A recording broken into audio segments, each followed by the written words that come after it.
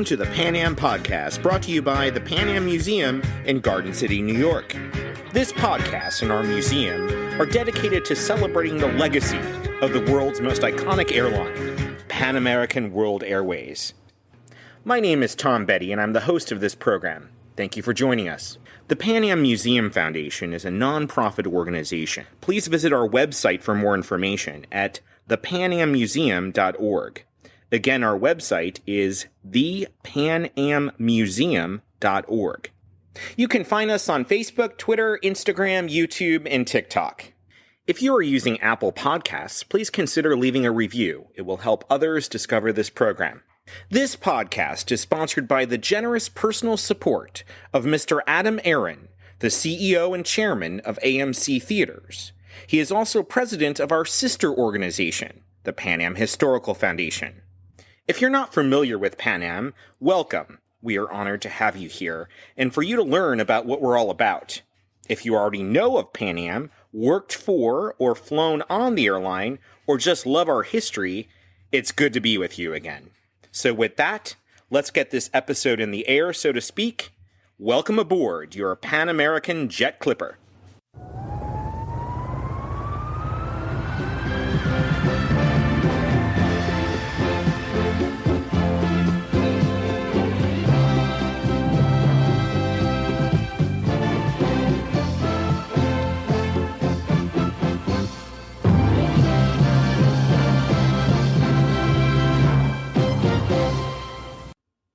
The Pan Am Museum Foundation recognizes the month of May as Asian American, Native Hawaiian, and Pacific Islander Heritage Month. And to celebrate, in this episode we explore the history of Pan Am's Nisei Stewardesses with Dr. Christine R. Yano, retired professor of anthropology at the University of Hawaii and author of the book Airborne Dreams, Nisei Stewardesses, and Pan American World Airways. But first, a couple updates on this award-winning history and humanities program.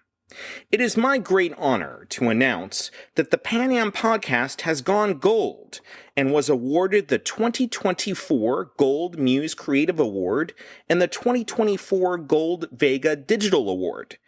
These awards are both hosted by the International Awards Associate, and the competitions receive thousands of entries from across the globe, affirming their positions as prestigious programs honoring creative and design professionals.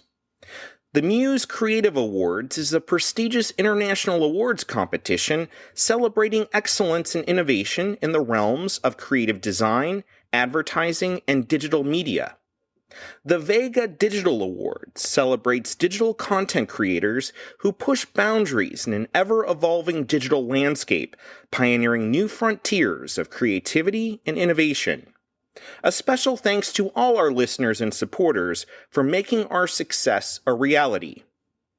As of this recording, the podcast has been downloaded over 136,000 times worldwide in 169 countries.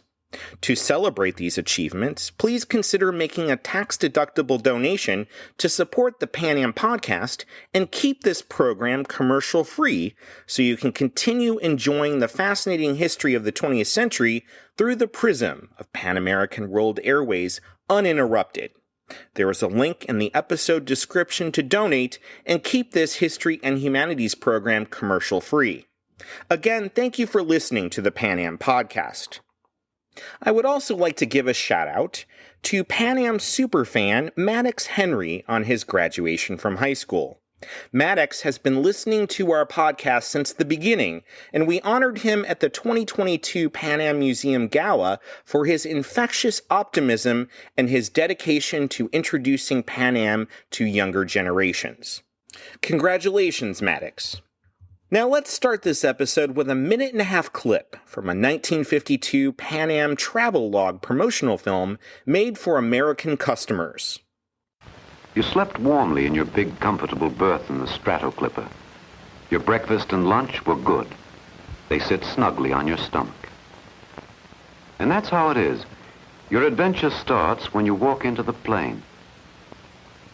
Your visit to Japan begins even before you get there.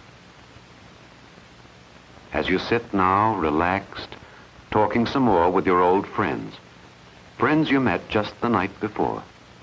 It is so little, my country, but so much to do, to see, to learn. Where it is just that we wish to be understood. Cities, sceneries, all very fine. Forgive, must not spoil on adventure. But to know my country, see my people too, please.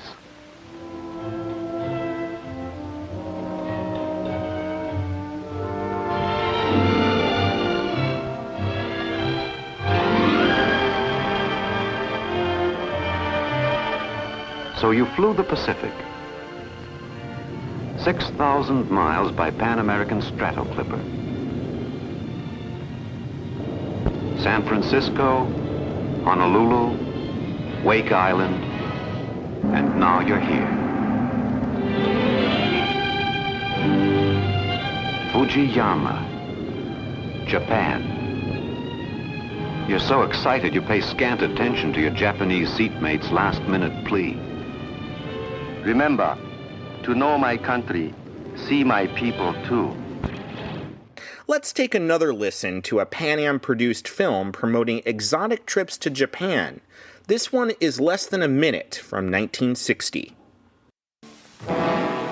Coming into Tokyo is always a big surprise. The great Oriental city is changing. At first glance, it looks almost as Western as New York, London, Paris. And the tranquil Japanese pace is speeded up in tempo. The tempo is still 20th century as this giant jet clipper taxis in at Tokyo's Haneda Airport. At first view, among these 9 million cosmopolites, there's little sign of the past. Western-style dress is everywhere now. The expensive kimonos are usually worn on special occasions only. But they've also assimilated and refined the significant elements of other Asian cultures so that now the world's largest city is one of the most colorful and exciting. Tourists come to see how this capital city has risen from the ashes of war to become a great metropolis of the world.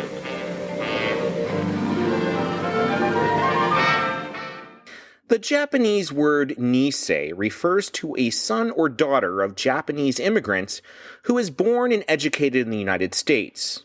Or for short, Nisei means second-generation Japanese American. In 1955, Pan Am began recruiting Japanese American women to work as stewardesses on its Tokyo-bound flights and for the airline's celebrated round-the-world flights. Based in Honolulu, these women were informally known as Pan Am's Nisei Stewardesses, even though not all of them were Japanese American or even second generation. They were hired for their Japanese language skills, but in reality, few spoke Japanese fluently. However, the main reason for the hiring of these women was to enhance the airline's image of exotic cosmopolitanism and worldliness as the iconic American company pioneered new frontiers of race, language, and culture. These young women left home to travel the globe with Pan Am, forging their own cosmopolitan identities in the process. In 2014, students Chantel Rose Acorda, Kim Gwynn, and Jasmine Pigford interviewed Hawaii State Senator Glenn S. Wakai for an incredible well-done class project. A link to this student video is included in the episode description. Senator Wakai's mother, Ruth, was a Pan Am stewardess for 30 years, from 1957 to 1987. Let's take a listen to his interview. She started at Pan Am in the 1950s. She was the first group of Pan Am stewardesses when Pan Am decided to go trans-Pacific. Pan Am was a growing entity, and much of what their travel plans was in North, South America, as well as Europe. They wanted to expand into the Pacific after World War II, kind of during the Korean War. My mom had a unique role for the airlines because of her ability to speak, and my mom was a really nice, kind, and sweet person. She was in charge of all the orphans, and there were a lot of Americans who were adopting children from Japan as well as Korea. So my mom would be in charge of bringing them over, because could you imagine you're a 1-year-old, maybe a 2-year-old from Japan. You're coming to a brand new life. You have no idea what to expect. It's super fearful, right? So my mom would be in charge of making sure as best she could to make that transition smooth for these little kids. And what's kind of funny was that a lot of times they were transitioning from Tokyo, from Seoul, South Korea, to the mainland. And they would arrive in Hawaii on one day, but their next connecting flight wasn't until the next day. And my mom wouldn't just leave them there at the airport for the Pan Am personnel to take care of. She actually took them home. She took them home to feed them, bathe them, put them to sleep, and then took them back to the airport the next day for their new life on the mainland. The student trio also interviewed Elaine Satani, who worked for Pan Am from 1956 to 1958. Let's take a listen to her story. Well, I was working at a Venetian blind company in Honolulu, and one day I received a call from a gentleman who spoke Japanese. And I answered him in Japanese, and I was a little rusty at the time. Both my parents are first generation Japanese. I'm Nisei. And he asked me how tall I was, and I thought, oh my, this fella is fresh. So anyway, I answered his question, and he came in and made an appointment with my boss, met my boss, and he said, oh, you're tall enough. And he said, why don't you apply at Pan Am? So my hiring was quite accidental. I was quite lucky. Also interviewed was Mei Takahashi, who was a Pan Am stewardess from 1963 to 1969. Let's hear about her story. Well, I was a teacher at an intermediate school, actually. And when I told my mother about it, she was shocked that I was going to do that and give up my teaching career. But I told her I would be there only for about a year. When we flew, you had to wear a hat whenever you were in uniform, except when the doors were closed on the plane. So we had to when we checked into work, we had to be in full uniform. You always had to have a hat, and you had to wear the hat even when you walked in the terminal. If you stopped at a coffee shop, you always had to have your hat on and gloves. There's also a great video on this topic from the Japanese Cultural Center of Hawaii that we encourage you to watch after listening to this podcast. There is a link in the episode description to the video. Now on to our interview.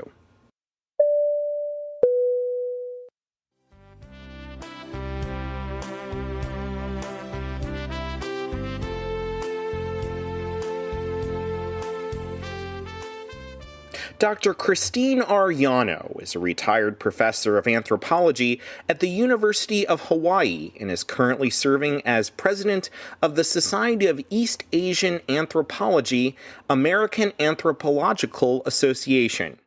She has conducted extensive research on Japan and Japanese Americans with a focus on popular culture throughout her career. In 2011, she published Airborne Dreams, Nisei Stewardesses, and Pan American World Airways. This book is the story of an unusual personnel program implemented by an American corporation intent on expanding and dominating the nuanced market for international air travel. That program reflected the jet-age dreams of global mobility that excited post-war Americans, as well as the inequalities of gender, class, race, and ethnicity that constrained many of them. There is a link in the episode description to purchase this book. Her other publications include Tears of Longing, Nostalgia, and the Nation in Japanese Popular Song, published in 2002, Pink Globalization, Hello Kitty, and its Trek Across the Pacific, published in 2013, and she co-wrote Straight A's, Asian American College Students in Their Own Words, published in 2018. I'd like to welcome Dr. Christine Yano of the University of Hawaii to the Pan Am podcast. Welcome. Thank you so much. I'm really glad to be here, Tom. It's a topic that's close to my heart. It's an historical topic. So it's always fun to engage with people who are interested in Pan Am. It is very much. And you and I have something in common because we have never worked for the airline, but we've been adopted by the Pan Am family. And I will bet that your experience is similar to mine, where when you were adopted into the Pan Am family, you are part of the family. Well, that kind of characterizes it, unless you get excommunicated in some way. But I hope I continue to be adopted in the Pan Am family. Yes. Very good. So you decided to write a book called Airborne Dreams, Nisei, Stewardesses, and Pan American World Airways. And there is a link in the episode description to purchase this book. Tell us why you wanted to write a book about this topic. Well, I'll tell you the way it came about. So I grew up in Hawaii. And the way it came about is, I'm not sure, maybe 10 years plus years ago, I saw this tiny little 2x2 ad in the newspaper, when people read newspapers, about just announcing that the Nisei stewardesses were going to have their luncheon at Oahu Country Club. I thought, that's really interesting. I have a cousin who flew for Pan Am. She was like my glamour cousin. And, so I was too late. I called the number. And I was too late. I missed the luncheon, but I called the number and was persistent enough that 3 of the Nisei stewardesses agreed to meet me at the Starbucks kind of down the street. And Nisei, by the way, means second generation Japanese Americans. And I too am Japanese American. I would be considered Sansei, so third generation. Anyway, I met with 3 of these women in the local Starbucks. And oh my God, Tom, their stories. Oh, I know. Were, I guess now I would consider it, classic Pan Am stories. But each story was so vivid. Each memory was so colorful, bright, and kind of shining. It was like begging to be told and retold again and again. And that's what made me do the research and write the book. Excellent. And let's talk about that time period, because it's a very interesting time period, 1955. It is 10 years after the Second World War. The world was changing after World War II. Can you talk a little bit about how this was, pretty groundbreaking for Pan Am to be hiring these young ladies? It was. The classic Pan Am stewardess model was a tall blonde, maybe from Europe or maybe American, but that image of Pan Am was the glamour image of the period. On the other hand, that period, mid-1950s, had a certain amount of fascination with Asia itself. And so Pan Am's idea to expand their prototypical stewardess to include those of, quote, Orientals, and in academia, we don't say that these days, we say Asians, to include people of Asian ancestry, to include women of Asian ancestry, possibly to include some of the exotica, that having that presence might lend itself to the jet cabin was in some ways marketing genius.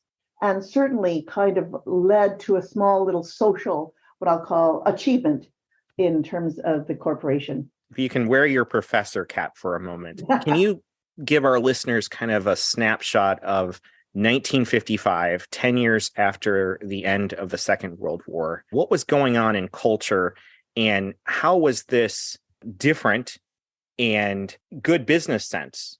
Well, the year 1955, I thought it would be fascinating to just explore that year. So I did. I just started looking up everything 1955, and it's amazing the confluence of historical happenings of that. The year that Disneyland opened in Anaheim, California. So the growth of American pop culture and what Disneyland represented in terms of middle-class America, in terms of suburbia, and in terms of the kind of fantasy life in effect for the globe in terms of developing the notion of theme park. So there's that, but there's also kind of race relations, and the black-white relations were extremely tense during that period, culminated with Rosa Parks, Emmett Till, etc. And so race itself became very, what shall I say, tenuous and, in polite words, challenging for the United States. So at the same time that the United States had this kind of global outreach in terms of its pop culture, in its own domestic culture, there were also issues of race. And I think that kind of combination allowed Pan Am to consider, Pan Am's model, the globe being theirs, right? And the symbol of the globe being Pan Am's was a particular refraction of an American version of the globe, which had a kind of glamour to it, which had a kind of apex sense to it, but also had this underlying kind of tensions of race involved.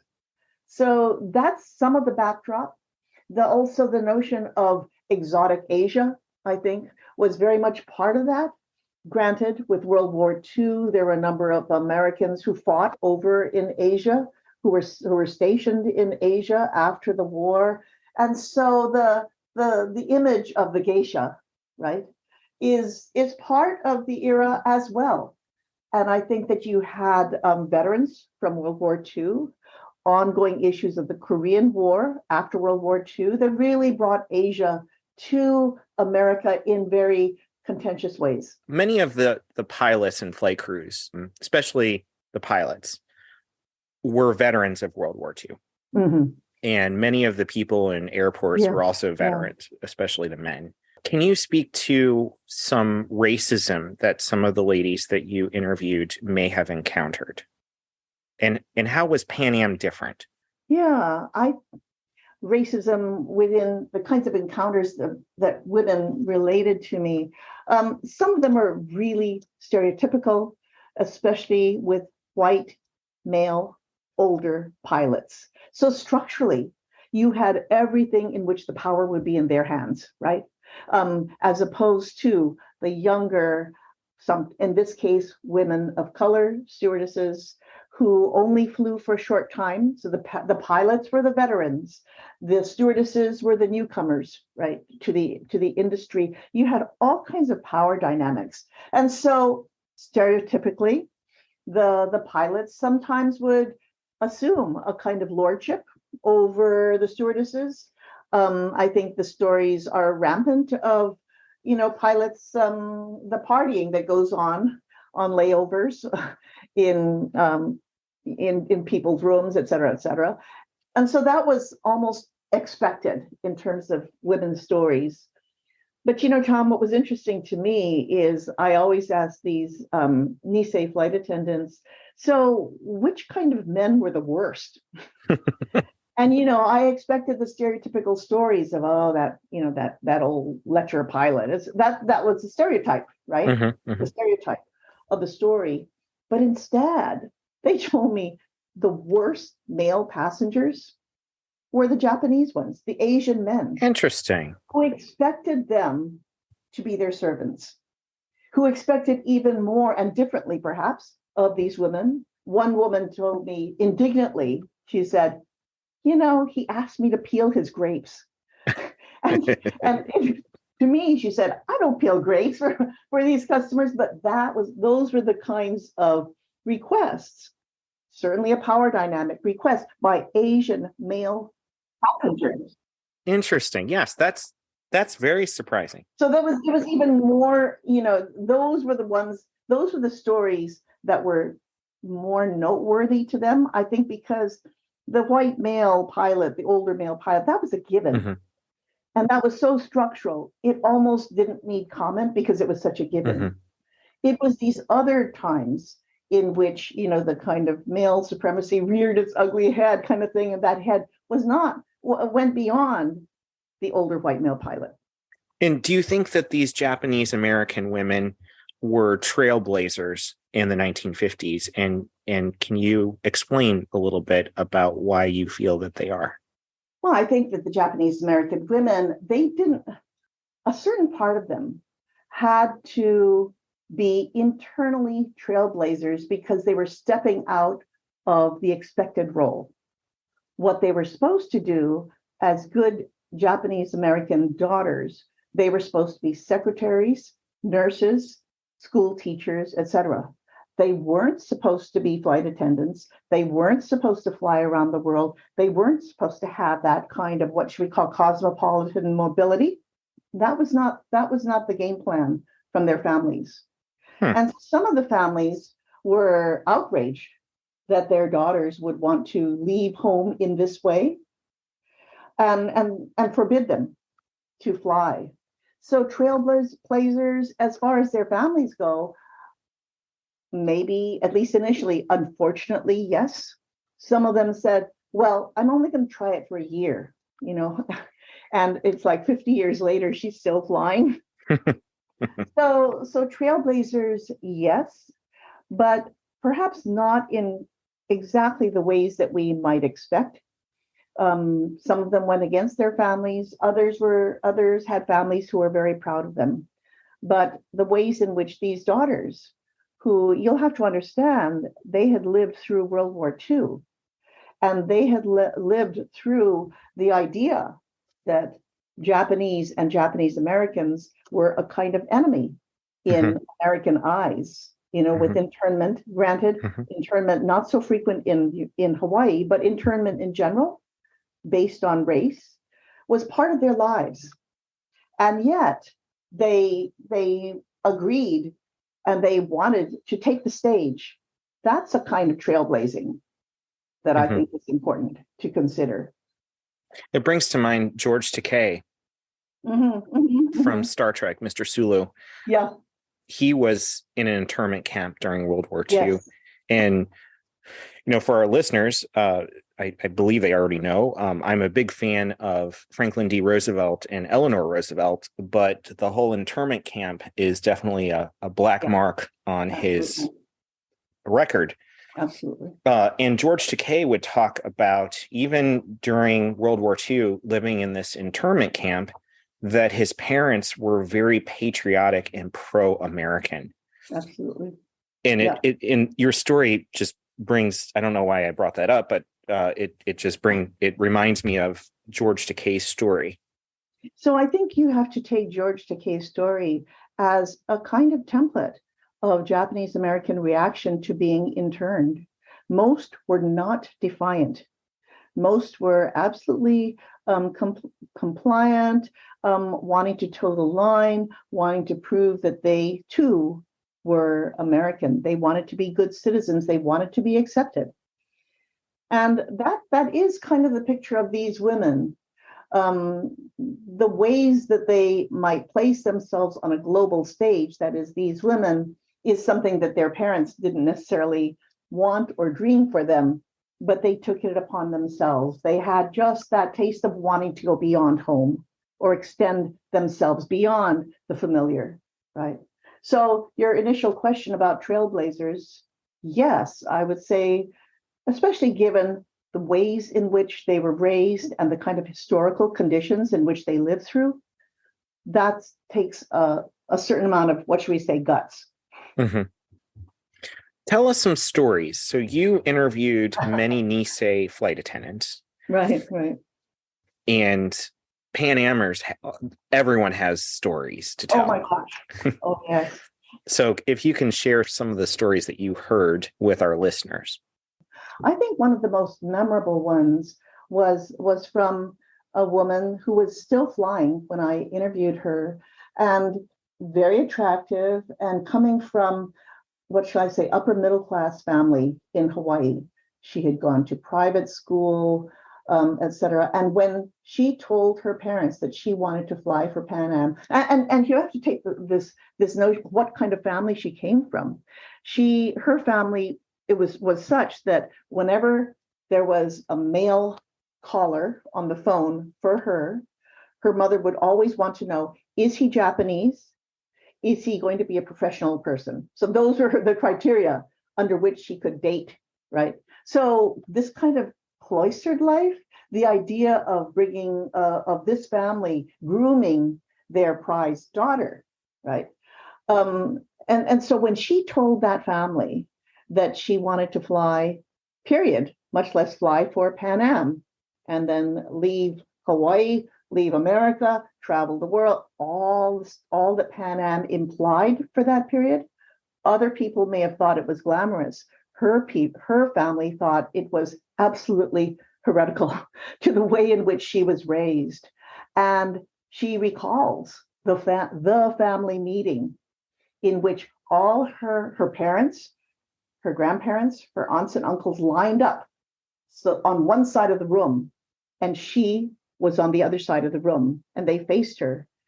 And they said, "You will bring disgrace upon us. You cannot shame us this way," etc.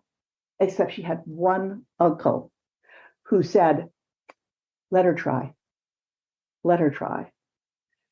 And so to this day, she thanks that uncle for somehow convincing her family, all lined up against her, right, to give it a try. And again, she is one who only married very late in life. She did not marry a Japanese. She did not marry a professional man. And her love affair was really with Pan Am. For our listeners, Pan Am unfortunately sold the Pacific division in 1986, and many of these Nisei flight attendants were transferred to United, correct? That's right, from the Pacific, yeah. The Atlantic routes, I think, transferred to Delta, maybe? Yeah. In 1991. So a lot of these flight attendants would work for United, but they always had a loyalty to Pan Am. Oh, yeah, I know. And they rue that their transfer over to United. It was very difficult for a lot of them. And, the way they talk about it to me, and this is nothing against United, but it is to say that each airline had their own particular culture of hospitality. And Pan Am's culture of hospitality, as your listeners know, is sort of the best of the best, with a slight air of haughtiness that comes with sophistication, elegance, caviar, champagne, that whole image, right? And that was Pan Am, and they were so very proud of that. So when they went to United, and it was kind of this down-home friendliness, hi y'all, kind of thing, it took them aback. And many just had to swallow it and say, we never really liked the United way, because we were all trained and we're so proud of our Pan Am way. And so, it was a tough thing. And I remember there was one flight attendant who told me that what she did with her United uniform was she tweaked it. She Pan Am'd it. And what she did was she cut the buttons off, and she changed those all to Pan Am buttons. So yeah, and no one, maybe very few people would notice except her, but this is the way in which she could finally wear that United uniform. Yeah, interesting. Yeah. What other stories do you have? So these young ladies were traveling all over the world, India. Oh yeah. Africa, Europe, you name it. If Pan Am flew there, these ladies were flying there as well. Absolutely, right. And not only that, but they were celebrated for being the exotic woman on board. Pan Am had routes 1 and 2, so round the world flights, right? They were famous for that. And they were the only flight attendants, these Nisei stewardesses, who stayed with the plane the whole time. So whereas other crews changed in and out, they were the ones that stayed on board all the way around the world. So it was exhausting, right? But it was almost, and this is, I don't want to sound derogatory, but it was almost like they kind of came with the equipment. Yeah, in a sense that they were that element. Call it what you will. I don't want to say any more because, but they did. No, I asked, oftentimes about, as we were talking earlier about sexual harassment, and there was plenty, but it's always interesting to me what stories people choose, because as with the white male pilot, because it's such a given, those are not stories that they choose to tell me. For me, for them, the stories that are more story worthy are ones that you wouldn't expect, perhaps, right? So another kind of story of sexual harassment that you wouldn't necessarily expected.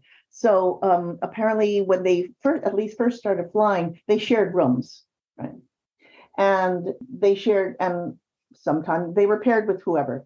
But the woman that was talking to me said she shared a room with a European, someone from Europe. And I forget now which country, could have been from Sweden, I can't remember exactly. And so her story was what shocked her.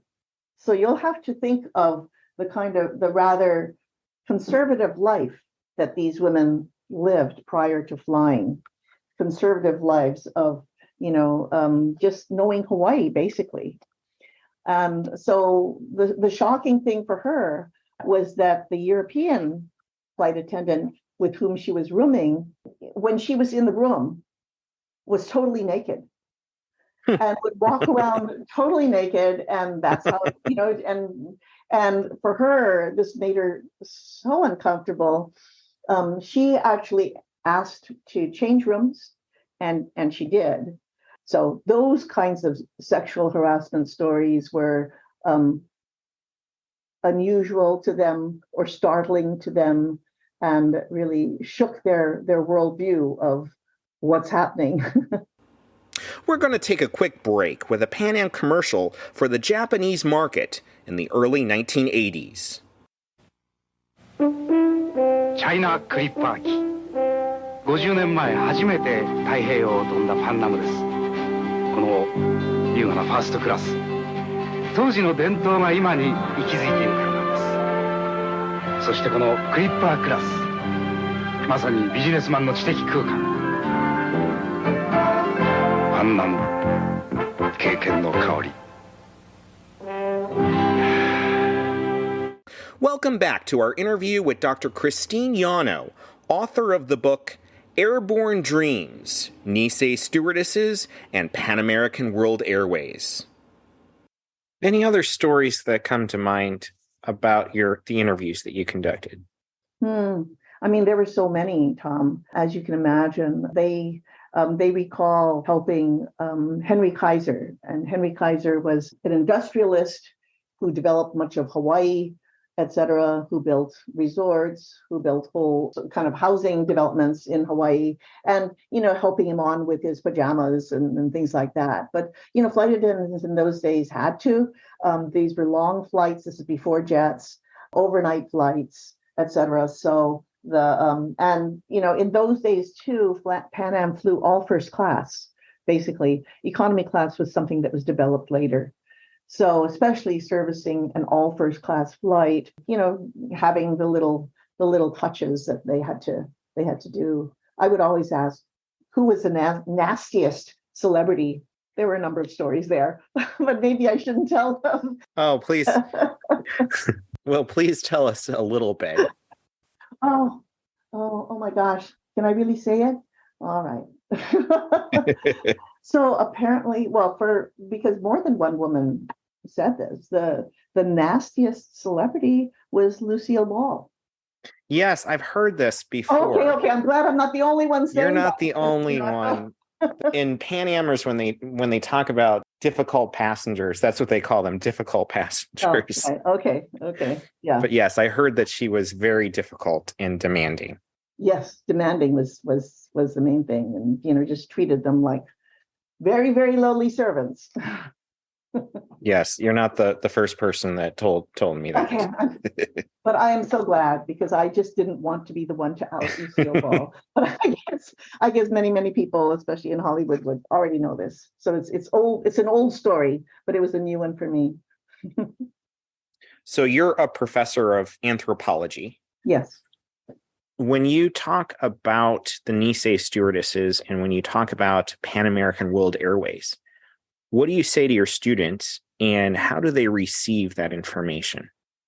Well, of course, Tom, we're talking decades ago. These students were not even who flew Pan Am and their family, their grandparents, their great grandparents. So it's it's such ancient history to them. The Vietnam War is ancient history.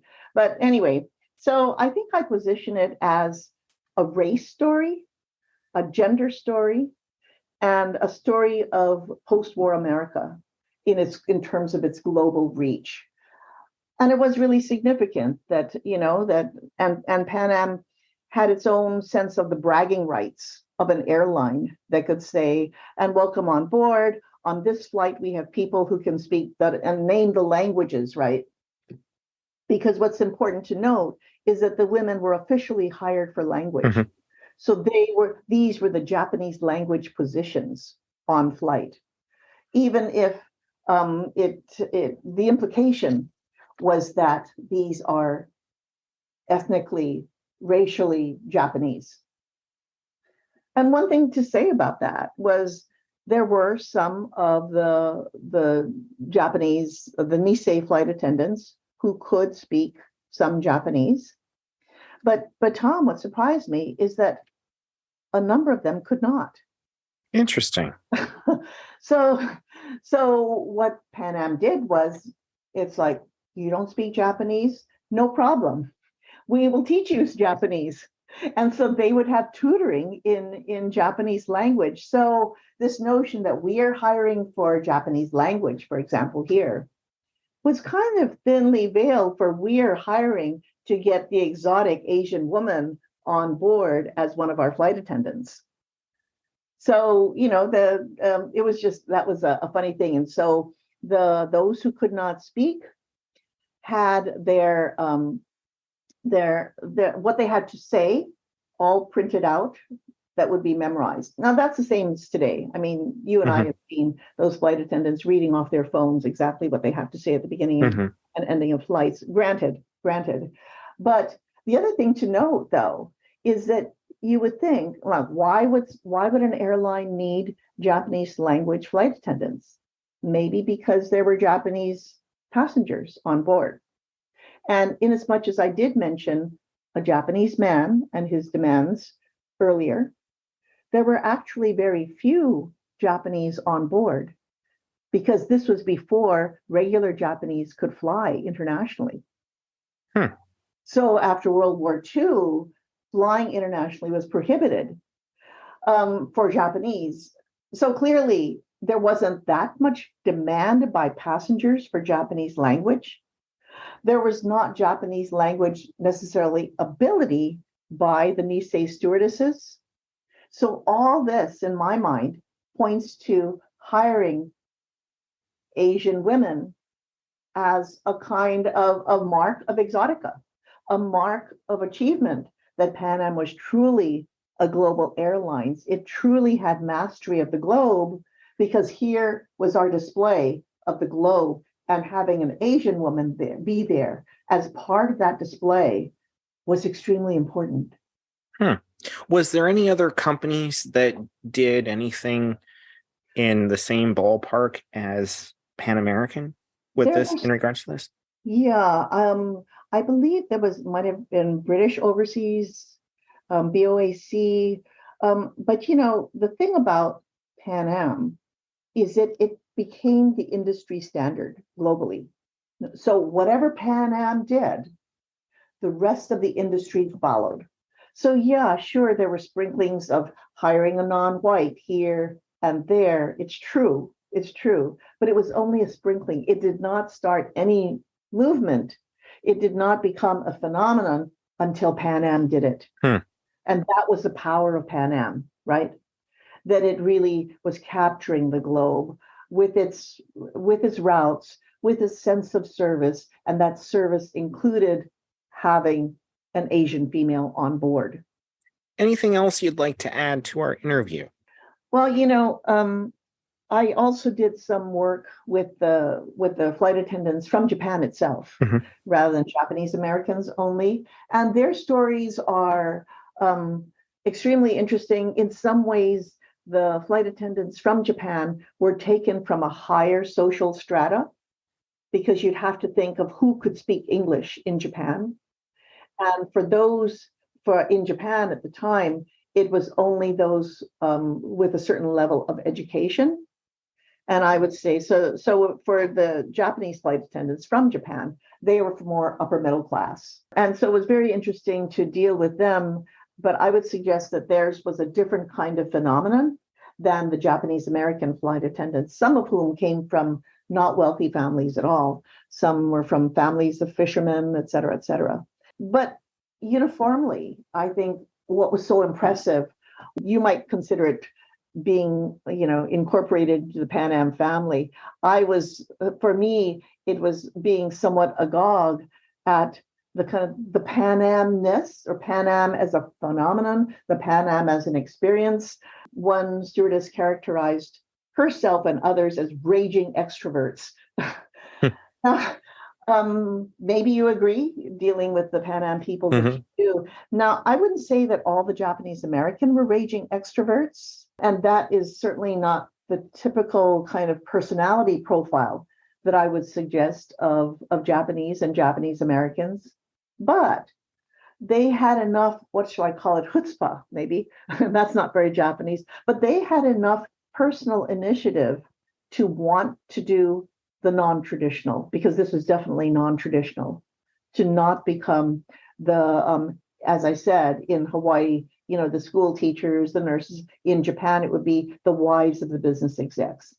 They had enough to say that I want to leave. I want to experience more personally. And it changed them. It changed them. Let me ask you this question. How did the native Japanese flight attendants, those who were born and lived in Japan, and the Japanese American flight attendants, how did they get along? Well, for one thing, the Japanese American flight attendants were hired first. That hiring started first in 1955. The Japanese, from the native Japanese flight attendants, were hired later, and they got along, but there was always a difference, and all of them would recognize that difference right away. There wasn't competition amongst them, I think. And besides, they didn't fly together so much. I mean, if there's going to be a Japanese language position, you don't need necessarily two on a flight, right? So they were handling, the positions were held singly rather than in groups. But I think what binds them, and it continues to this day, what binds them is really being part of the Pan Am family. And it really does bind them. And I've always been very impressed by that. And just a bit of something about, the process of doing the research, writing the book, because to me, that whole process, usually for a scholar, it's very arduous. You do this kind of detailed work. It's a lonely work. It's a lonely affair. And you do this in dusty archives or something. But in this case, everything, it didn't just fall into my lap, Tom. It jumped into my lap. And this was the Pan Am way. I get people calling, don't you want to interview me? Or don't you? I have this other friend who you really should interview. And so the interviews just heaped up upon themselves so very quickly. And then the notion of, because I ended up working at, or having a year at the Smithsonian National Air and Space Museum, using their archives. And that too became a kind of Pan Am connection. And everything became a connection to a connection to a connection, paving this Pan Am way forward in terms of research, in terms of writing the book. So everything was kind of this, what shall I say, this kind of just thrust of excitement, almost to a certain extent of glamour, still, and really just pushing ahead this. When I was at the Smithsonian, I did spend one weekend in December at the Pan Am Archives at the University of Miami. And knowing that I was going there, I contacted the very few people I knew associated with it. And I had happened to hit the Miami on the anniversary of Pan Am's last flight. And on that weekend, there were 3 + 4 events that were all intensely social, with Pan Am people, Pan Am fans, whether it was a sale of Pan Am items or the Pilots Association having a dinner, or the World Wings having their dinner and get together. And I was exhausted because for that short weekend, I'd be out every night later than my early bedtime. And they'd be taking me around the car and I'd be sleeping. And I could hear them saying, oh, you know, she's really not Pan Am. Look at her. She's so tired. I'm a mere mortal. I'm a mere mortal, Tom. And I seriously could not keep up with the Pan Am flight attendants and pilots. Oh my God. And they are considerably older than me. I have the same experience. I do indeed. But they're just the greatest group of people I've met. Yeah, absolutely. And greatest for their generosity, but greatest for also their kind of can-do approach. Oh, you need this? Here, use a safety pin. So they're used to, they're scrappy. At the same time that they're gracious and know how to put on a hell of a party. Yeah, very resourceful. Very. What's the problem? Let's fix it. Yeah. And can I'll just one little example is, for example, I did a short film with these Nisei stewardesses, just 7 or 8 of them, just short interviews, etc. And one of them, and they all came, they look great in my mind. One of them, after she did a little interview, on camera interview, wanted to see it. So she was looking at, the replay, and she said, oh, my collarbones are sticking out too much. She was rather thin. So she had, so what did she do? She had on a black sheath dress, sleeveless, I think, with a V-neck. All right. So she felt the V-neck showed her collarbones too much. So she goes to the bathroom. She wears it backwards. It covers her collarbones. She looks absolutely fantastic. She looks stunning. And it was, again, that Pan Am can do. Something's wrong. Okay, I'm going to fix it. It's that kind of, extreme resourcefulness. Yeah. Very good. Well, thank you very much for your time. Book, Airborne Dreams, Nisei Stewardesses, and Pan American World Airways. Last question. Your book has been in print since 2011. How does that make you feel that people are still talking about your book after more than a decade? Tom, let me answer it by just saying, whenever I give a public talk on Pan Am, and it could be in Ohio, it could be in Honolulu, it could be in New York, always, I get the Pan Am fans who find out about it and come and listen. So my feeling is, yes, the airline has gone out of business. Yes, most of the flight attendants are no longer flying. All of that is yes. On the other hand, that kind of fascination, fandom for maybe the whole glamour era of Pan Am and what that represents is something that is lasting. Of course, there was that rather short-lived TV series. So I think Pan Am, or something like it, speaks to a global audience who wants, what shall I say, wants the glamour, wants the pretty things, wants that raging extrovert to lead their own lives in terms of a better self, maybe, that goes beyond themselves, like these stewardesses did, beyond what their parents' expectations were of themselves, beyond their own expectations. So this notion of Pan Am as perhaps leading people beyond expectations is, I think, the real frontier that it broke and is continuing to break. That's a very good way of putting it. Well, Dr. Yano, it has been a great pleasure to speak with you. The book is available on Amazon and wherever you buy books, Barnes & Noble. There is a link in the episode description to purchase this book. And again, I can't thank you enough for your time. Thank you, Tom. And the women would be so pleased to know that this book continues their sales, because that was they want to spread the Pan Am gospel in some ways, as you well know. And Indeed. I will say that I am a bit envious of your position in continual contact with Pan Am of some sort or other. So best of luck to you, Tom. Well, thank you very much. Thank you. Bye-bye.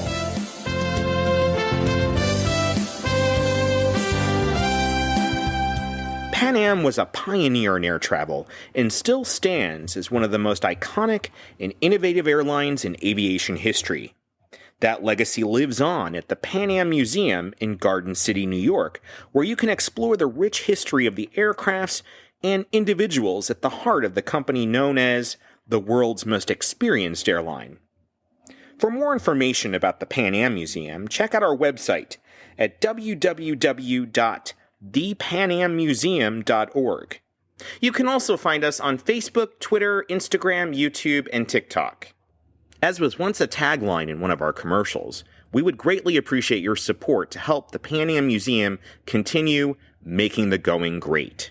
You can also support the museum by shopping on our online store for all things Pan Am, accessories, apparel, jewelry, books, models, and posters. We want to hear from you. If you have a question for us or want to share your story, our email address is podcast@thepanammuseum.org. We're going to close out this episode with another early 1980s Pan Am commercial for the Japanese market. As flight crews once said to passengers departing for their destinations around the world, "Thank you for flying, Pan Am." さすがパンナムファーストクラス快適3パレットシート